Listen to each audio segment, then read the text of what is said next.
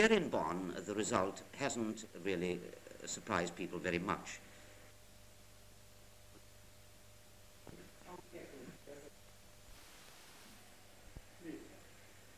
Here in Bonn, the result hasn't really surprised anyone very much. The tide had been running very strongly in favor of Dr. Adenauer and his party, and they themselves were quite confident that they'd be back in office again. But the socialists did lose more ground than most people expected. So did the small parties. Prosperity was the key to the whole election campaign. It was the password.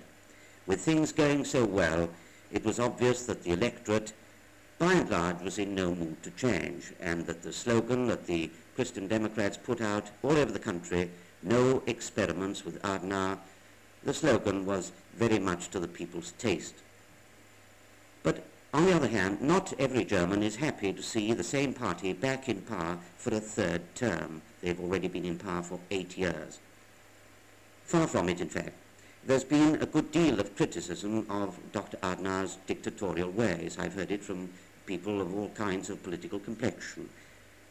And his position is now strengthened even further. So we might expect perhaps some rather rough moments in the next parliament. But essentially, Germany, as far as the outside world is concerned, will go on as before, relying on the Western alliance for security, keeping in careful step with Washington, especially where Russia is involved, and trying her best to be a friendly member of the European community.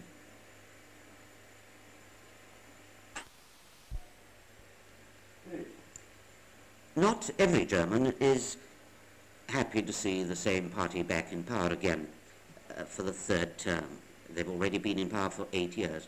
Far from it, in fact.